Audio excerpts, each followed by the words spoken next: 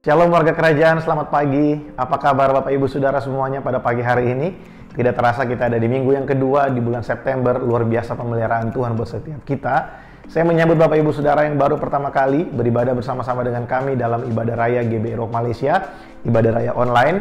Kami belum mengadakan ibadah onsite dan untuk sementara waktu ini kita akan terus beribadah melalui ibadah online ini.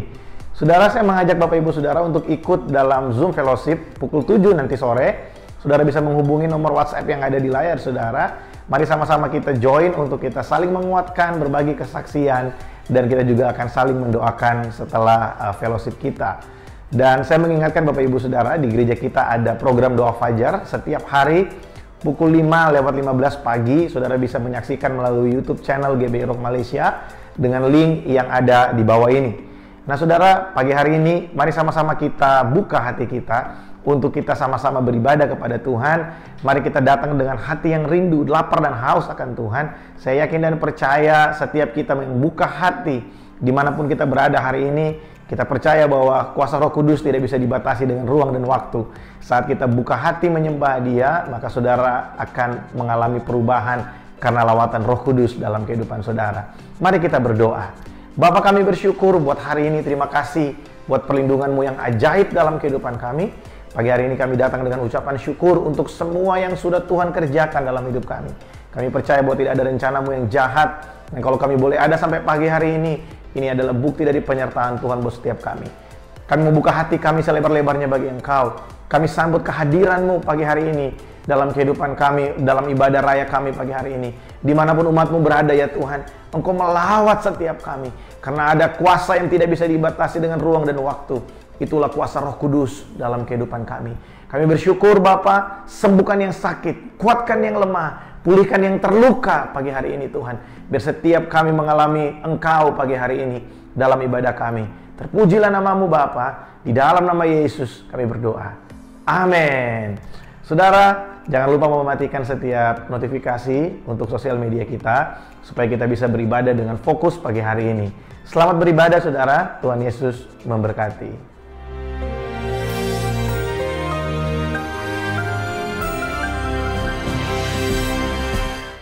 Shalom warga kerajaan, menyambut daripada pertanyaan banyak orang kepada kami, para pemimpin. Mereka tanya, what must we do? Apa yang harus kita lakukan pada saat seperti ini? Minggu lalu saya katakan perhatikan keadaan diri sendiri, waspada kepada penyesatan. Maka yang kemudian kita harus lakukan adalah hati-hati apa yang kamu dengar. Firman Tuhan berkata, you will hear rumors of war. Terjemahan lain berkata rumors. Rumors itu sesuatu yang belum tentu benar. Zaman sekarang namanya hoax. Jadi kita harus tahu bahwa iman datang dari pendengaran. Dan pendengaran akan firman Kristus. Tapi ketakutan juga datang dari perkataan setan. Datang daripada apa yang kamu lihat, yang kamu rasa, yang kamu dengar. Lukas 21 mengatakan bangsa-bangsa akan dalam keadaan kacau. Orang mati ketakutan. Karena apa? Karena apa yang mereka lihat dan mereka dengar. Kekacauan di antara apa yang terjadi di atas muka bumi ini. Karena itu yang kedua kita harus berjaga-jaga apa kita dengar. Demikian juga begitu banyak sekarang ini serangan kepada hamba-hamba Tuhan. Oh kamu sudah dengar ini itu. Saudara-saudara cek and recheck kebenarannya. Dan ada yang tidak perlu disampaikan. Saya memerintahkan pada semua pemimpin kita. Kalau ada berita hamba Tuhan jatuh, hamba Tuhan dikhianati anaknya, itu jangan disebarkan. Sebab itu memuliakan setan dan memuliakan Tuhan. Yang memuliakan Tuhan kalau ada orang bertobat. Kalau jiwa-jiwa dijangkau, orang disembuhkan. Siarkan itu di gunung. Oke? Beritakan dari atap rumah. Tetapi hati-hati apa yang kamu dengar. Karena firman Allah mengatakan war and rumors of war. Kita melihat tanda-tanda kedatangan Tuhan. Salah satu paling jelas adalah yaitu apa yang terjadi pada bangsa Israel. Sekali lagi saya katakan, Israel adalah Israel, gereja adalah gereja. Kalau saya pernah bilang gereja itu Israel rohani, ya saya keliru lah. Umat Tuhan betul. Tapi kita bukan Israel. Israel itu sendiri. Dan apa yang katakan Tuhan tentang bait Allah yang diruntuhkan itu bangsa Israel kan. Saat ini kalian harus tahu. Tempat paling strategis untuk menghancurkan Israel adalah Golden Heights. Ya, Golden Heights itu dulu Bet-Shan namanya ya. Saudaraku adalah tempat yang paling strategis. Dulu dikuasai Syria. Dan Israel tidak mungkin menyerahkannya. Dan ketahuilah, tentara Rusia sudah ada hari ini. Sudah ada untuk melatih tentara Suriah di perbatasan Israel di Golden Heights. Kalau kita tidak mengerti itu tanda zaman, saya tidak tahu lagi lah. Banyak orang ribut, ini tandanya corona, ini tanda zaman atau tidak. Firman Allah mengatakan akan ada penyakit sampar, gempa bumi, rumors of war. Hati-hati yang kamu dengar. Pastikan kamu cuma mendengarkan suara yang datang dari sorga. Amin. Kalaupun kita melihat berita-berita itu, kita harus tahu bahwa penyelamatan kita sudah dekat. Amin. Tuhan Yesus akan segera datang. Karena itu Israel itu adalah seperti detik jam yang menuju tengah malam. Akan tiba malam di mana tidak seorang pun bisa bekerja. Kita melihat Turki mau menyerang Yunani dan sebagainya. Turki mau dibangkitkan kekaisaran Ottoman yang dulu. Lihat sebagai tanda zaman. Itu yang disebutkan Alkitab, kitab Daniel, kerajaan utara. Bukan Rusia. It's Turkey. Karena itu take heed, waspada. Dan hati-hati apa yang kau dengar. Tuhan memberkati. Amin. Haleluya. Mari sama-sama Bapak Ibu kita menari buat Tuhan. Apapun situasinya, Tuhan tetap baik. Tuhan Yesus ajaib buat kita semua. Amin.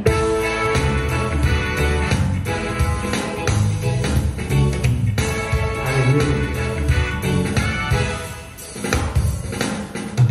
Yesus ajaib.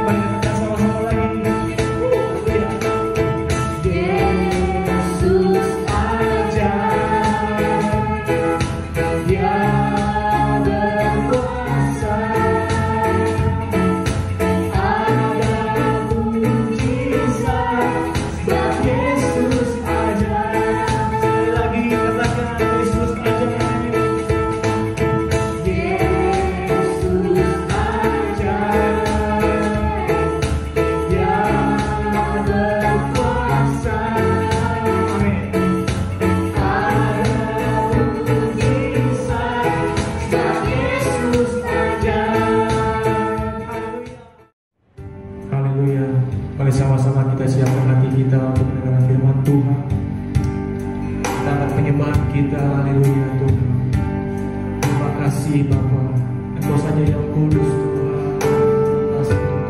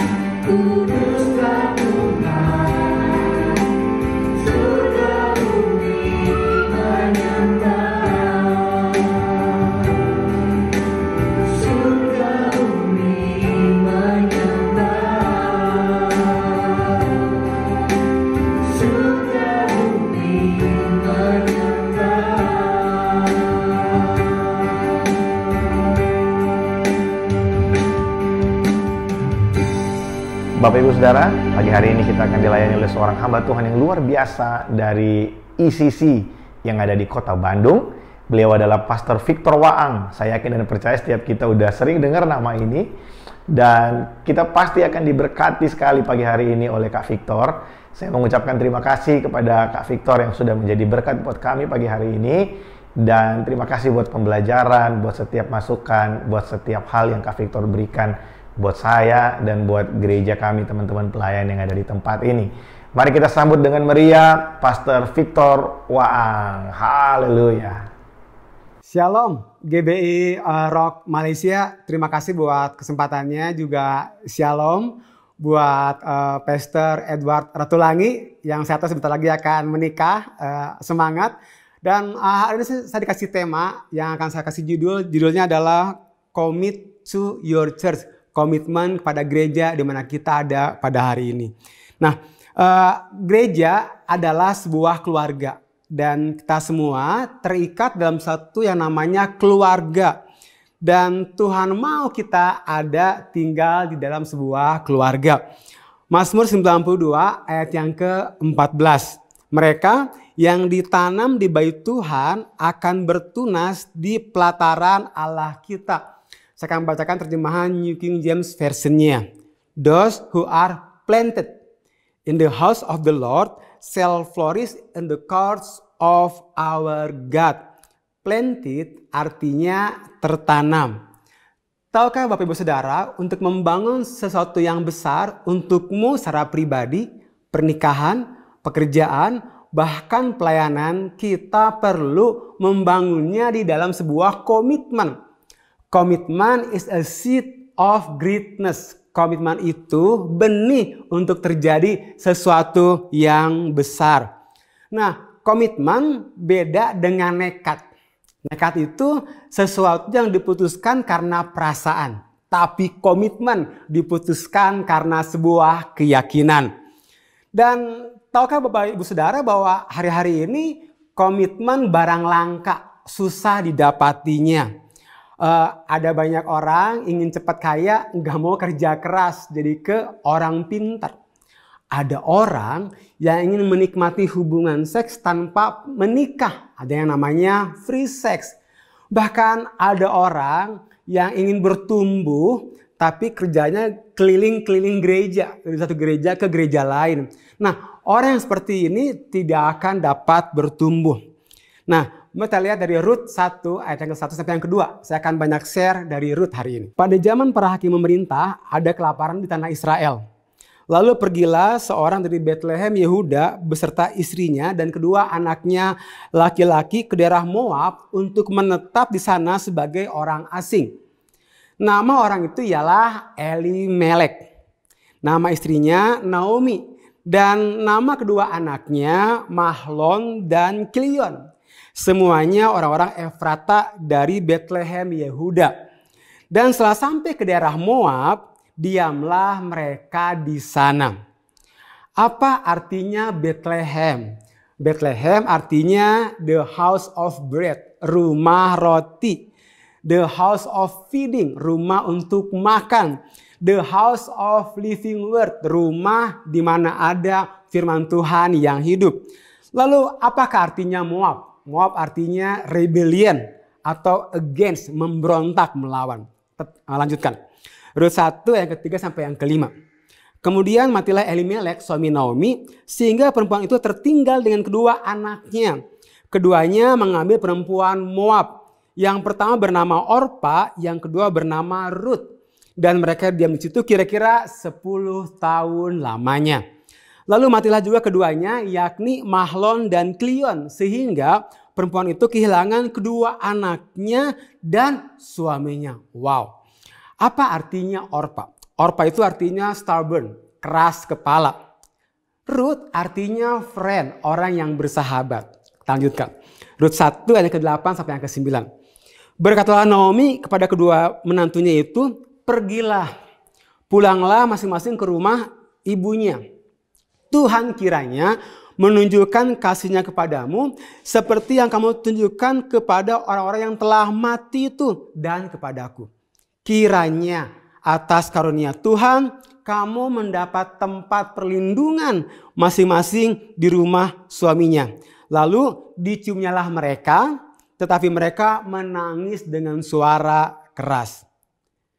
Naomi pulang kembali ke Bethlehem. Jadi hari itu Orpa dan Rut perlu melakukan keputusan yang besar. Apakah mereka akan mengikuti Naomi kembali ke Bethlehem atau mereka akan kembali ke Moab? Dua keputusan besar yang berbeda akan kita lihat menghasilkan dua hasil yang berbeda. Rut 1 ayat ke-14. Menangis pula mereka dengan suara keras. Lalu Orpa mencium mertuanya itu minta diri. Tetapi Rut tetap berpaut padanya. Orpa mencium Naomi. Kayaknya Naomi pikir hari itu Orpa akan mengikuti Naomi. Tetapi Orpa mencium Naomi untuk ditinggalkan. Berbeda dengan Rut. Rut tetap ikut kemana Naomi pergi. Nah, every relationship has to be tested. Setiap hubungan apapun pasti ada yang namanya ujian hubungan. Saya bersama dengan Bapak Roni saya Kanala kurang lebih hampir 35 tahun hari ini. Dari sejak saya kelas 1 SMP. Dan saya nggak katakan bahwa saya nggak pernah terpikir untuk meninggalkan Bapak Roni saya. Tentu terpikir, ada banyak konflik di sana. Tapi saya tetap putuskan saya bersama dengan Bapak Rohani saya sampai hari ini di ECC. Karena dalam setiap hubungan akan selalu ada ujian. Ujian apa? Economic consideration. Ada waktu-waktu di mana saya sebagai full timer, ada waktu-waktu karena kami mengembalakan mahasiswa. Ada waktu-waktu di mana kami nggak mendapatkan salary full 100%. Apalagi ujiannya? Ujiannya emotional consideration. Mungkin kita berkata bahwa saya sudah melayani di gereja, tapi kok saya masih punya banyak masalah.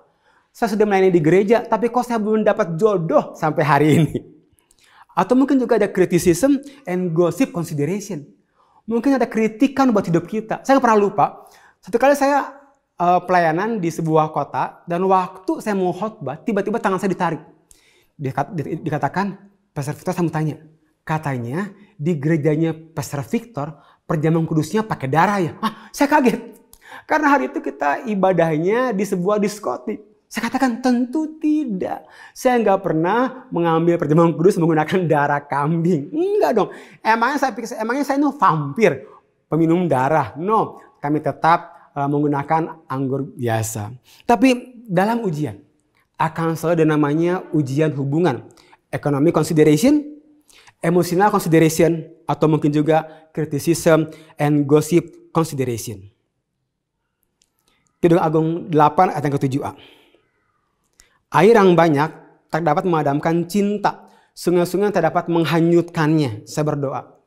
Sekalipun ada economic consideration, emotional consideration, ada kritik and gossip, tetap kita maju untuk tetap setia bersama di dalam rumah Tuhan. Tahukah Bapak Ibu Saudara bahwa ada 5 area di mana Rut komit kepada Naomi. Yang pertama, Rut 1 ayat yang ke-16. Tetapi kata Rut, janganlah desak aku meninggalkan engkau dan pulang dengan tidak mengikuti engkau. Sebab kemana engkau pergi, ke situ jugalah aku pergi. Dan di mana engkau bermalam, di situ jugalah aku bermalam. Bangsamulah bangsaku, Allahmulah Allahku. Yang pertama adalah, kemana engkau pergi, ke situ jugalah aku pergi. Rut berkata kepada Naomi, dia akan berjalan dengan iman mengikuti Naomi. Pergi artinya mengikuti setiap perubahan yang ada. Hari ini mari belajar mengikuti perubahan yang ada. Apa yang sedang Pastor Edward bawakan hari ini, hatinya dia, mari pergi bersama dengan Pastor Edward. Ada di irama yang sama, ada di hati yang sama. Hal yang kedua adalah, di mana engkau bermalam, di situ jugalah aku bermalam. Bermalam artinya apa yang menjadi fokus Pastor Edward adalah menjadi fokusnya setiap kita. Saya nggak pernah lupa ketika gereja kami mulai bertumbuh hari itu, karena kami banyaknya pelajar mahasiswa dan yang mahasiswa mulai menikah dan punya anak. Karena panggil saya, Victor, coba kamu mulai rintis pelayanan gereja anak. Saya bilang, Kanala, bagaimana caranya orang tampang kayak saya mengembalakan anak-anak yang ada? Nanti anak-anak melihat saya takut dan trauma. Tapi apa yang saya kerjakan? Saya mengambil hatinya Pastor Nala, Bapak Roni saya. Apa yang menjadi fokusnya dia, saya kerjakan. Dan saya mulai menjemput anak. Saya yang jemput mereka, saya yang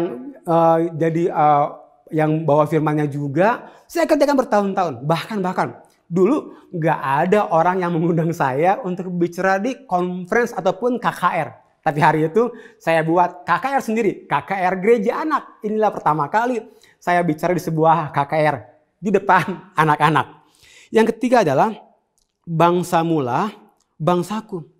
Ini bicara dengan siapa Pastor Edward bergaul, dengan merekalah kita bergaul. Satu kali saya dikontak oleh satu anak Aroni saya, dia lagi di Singapura.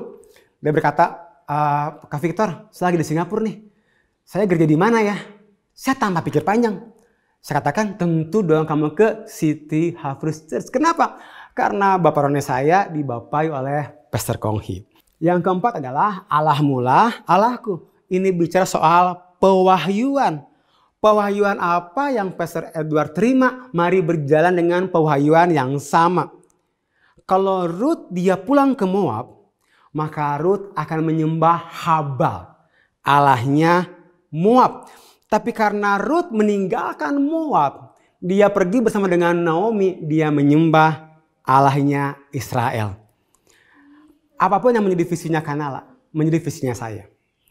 Orang suka tanya gini sama saya, Pastor Victor di sisi punya visi nggak? Enggak. Visi saya adalah mengerjakan apa yang Tuhan taruhkan di Kanala. Visi saya sederhana, mengerjakan visinya Kanala. Menangkap dan mewujudkan apa yang menjadi visi yang Tuhan taruhkan di Kanala. Saya nggak pernah lupa di awal tahun 90-an, Kanala dapatkan visi untuk kita boleh menyampaikan firman Tuhan lewat gerak dan lagu. Jadi hari itu saya nggak pernah lupa, mulai ada casting untuk pemain operet. Dan semua peran udah ada, tinggal satu peran, yaitu setan. Dan Kanala bilang, kayaknya kamu cocok jadi setan. Dan you know what? Dari tahun ke tahun, saya selalu jadi setan lagi. Karena namanya ganti-ganti, Lucifer, Beelzebub, tapi tetap jadi setan. Sampai satu kali, kami pelayanan di sebuah kampus besar di Bandung hari itu. Saya selesai pelayanan, kan capek tuh. Yang lain pada mau makan, saya nggak boleh makan. Saya dipanggil oleh beberapa orang, didoakan pelepasan. Katanya, waktu saya bermain jadi setan, roh setan menguasai saya. Saya pikir ampun banget ya. Tapi saya tetap setia. Karena Allah mula, Allahku. Rut 1 ayat yang ke-17. Di mana engkau mati, aku pun mati di sana. Dan di sanalah aku dikuburkan. Beginilah kiranya Tuhan menghukum aku, bahkan lebih lagi daripada itu. Jikalau sesuatu apapun memisahkan aku dari engkau selain daripada maut. Yang kelima adalah, di mana engkau mati, aku pun mati di sana. Artinya kita mau setia sampai selesai. Apa artinya komitmen sampai mati? Artinya kerelaan kita mau mengerjakan sesuatu sekalipun kita enggak suka mengerjakannya. Kedagingan kita dibuat mati. Kita mau mengerjakannya sekalipun kita enggak suka mengerjakannya. Di awal-awal gereja kami sekitar tahun 89-90 waktu mulai perintisan persekutuan hari itu, kita kekurangan worship leader. Jadi saya diminta jadi worship leader. Nah kalau saya jadi worship leader, yang ada kaca pecah, anjing mati. Tapi saya coba. Tapi setiap kali saya jadi worship leader, saya cek kok mic saya nggak ada suaranya. Pas saya tanya ke bagian soundman, ternyata setiap kali saya jadi worship leader, sengaja soundman-nya dikecilkan. Bahkan dibuat 0. Kenapa? Karena katanya mereka lebih perlu gerakan saya daripada suara saya. But saya kerjakan. Sekalipun saya nggak suka mengerjakannya. Di mana engkau mati, aku pun mati di sana. Jauh sebelum Tuhan percayakan apa yang besar, bahkan yang lebih besar di depan sana. Kenapa? Karena saya setia dengan apa yang ada hari ini. Lukas 16 ayat yang ke-12. Dan jikalau kamu tidak setia dalam harta orang lain, siapakah yang akan menyerahkan hartamu sendiri kepadamu? Ada harta. Bicara soal visi yang Tuhan akan memberikan kepada kita ketika kita setia dengan visinya Bapak Rohani. Mari pergi ke gereja. Bukan dengan sudut pandang apa yang dapat saya ambil. tapi apa yang dapat saya berikan. Komitmen is investment. Komitmen adalah investasi untuk masa depan kita. Saya punya tanaman. Tanaman ini akarnya nggak terlalu dalam, jadi gampang dilepaskan. Tapi beda dengan pohon ini, akarnya jauh lebih kuat, lebih dalam. Artinya dia akan lebih kuat ada di sana. Benih disloyalty, ketidaksetiaan yang Orpa tabur membawanya kembali ke Moab. Kembali menyembah Allahnya Moab, Habal. Dengar baik-baik. Kalau secara pribadi, pernikahan, pekerjaan, pelayanan kita nggak bertumbuh, mungkin karena kita belum bertumbuh di dalam komitmen. Dari garis keturunan Orpa, lahirlah Goliat, musuh terbesar sepanjang sejarah Israel. The spirit of disloyalty is extremely destructive. Roh ketidaksetiaan benar-benar menghancurkan. Mungkin akan menghancurkan hidupmu, bahkan mungkin akan menghancurkan anak cucumu. Ketika kita menanam benih komitmen dari something you cannot see but God see.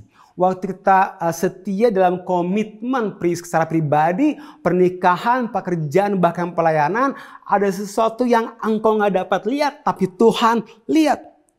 Ruth nggak dapat melihat bahwa benih komitmen yang dia tabur, ternyata Ruth melahirkan keturunannya Daud. Bahkan 19 generasi dari itu lahirlah Tuhan Yesus. Benih kesetiaan akan membangun sesuatu yang besar untukmu, bahkan untuk anak cucumu. Benih kesetiaan Ruth mengikuti Naomi. Dari Ruth lahirlah Daud, raja terbesar sepanjang sejarah Israel. Bahkan 19 generasi setelah Daud, lahirlah Tuhan Yesus, Raja dunia. Greatness, kebesaran bukan sesuatu yang murahan atau gampangan. Tetapi greatness datang dari sebuah komitmen. Hari ini, mau nggak kita bersama-sama komitmen bersama-sama dengan Pastor Edward. Berada di irama yang sama. Berada di hati yang sama. Bergerak dengan kecepatan yang sama. Betul, saya tahu bahwa Pastor Edward enggak sempurna. Sama seperti saya enggak sempurna. Tapi justru ketidaksempurnaan pemimpin kita justru itu yang mendewasakan kita. Dengan para pemimpin, justru ketidaksempurnaan orang-orang yang kita pimpin akan mendewasakan kita. So, Pastor Victor, apa berkatnya waktu kita menjadi dewasa? Beberapa waktu yang lalu anak saya umurnya masih sekitar 4 tahun, dia minta handphone. Karena dia masih kecil, saya kasih handphone.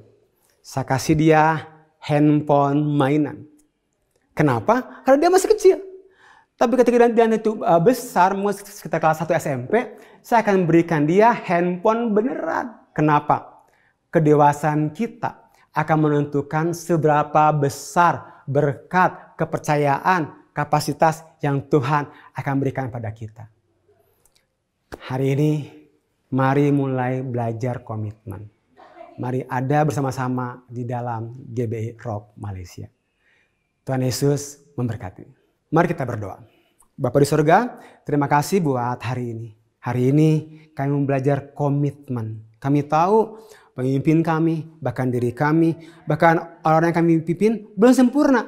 Tapi kami mengerti hari ini. Waktu kami komitmen, justru ketidaksempurnaan mereka yang mendewasakan kita. Dan kalau kami dewasa, kita akan berikan hal-hal yang besar. Hari ini, berapa banyak yang berkata, Pastor Victor, saya mau komitmen. Saya mau berjalan bersama dengan Pastor Edward. Kalau engkau orangnya, kau boleh taruh tangan kamu di dada. Haleluya, puji Tuhan. Siapa lagi? Hamba berdoa, Roh Kudus yang menguatkan mereka, untuk mereka boleh tertanam bersama-sama, bertumbuh di rumah Tuhan, di tempat ini. Thank you Lord.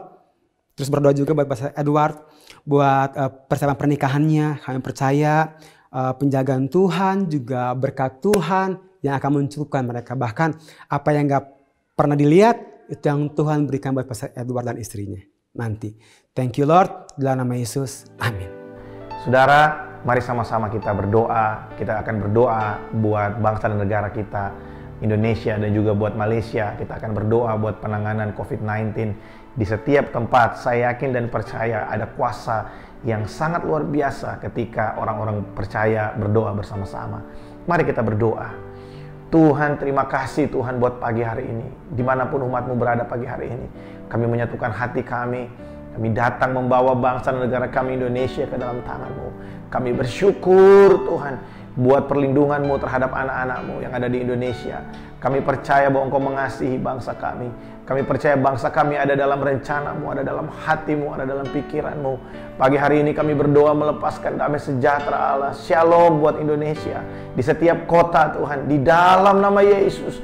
Tuhan tolong Tuhan setiap aparat pemerintahan Tuhan yang sedang melakukan tugas mereka di lapangan Tuhan dalam penanganan COVID. Kami melepaskan berkat buat mereka Tuhan, kekuatan yang baru, perlindungan dari Tuhan menjadi bagian umat-Mu, anak-anak-Mu ini. Terima kasih Tuhan, Kau memberkati Presiden kami Bapak Joko Widodo, Kau memberkati Bapak Wakil Presiden kami Pak Maruf Amin Tuhan, setiap kabinet yang ada, semua aparat pemerintahan Tuhan, buat Menteri Kesehatan kami.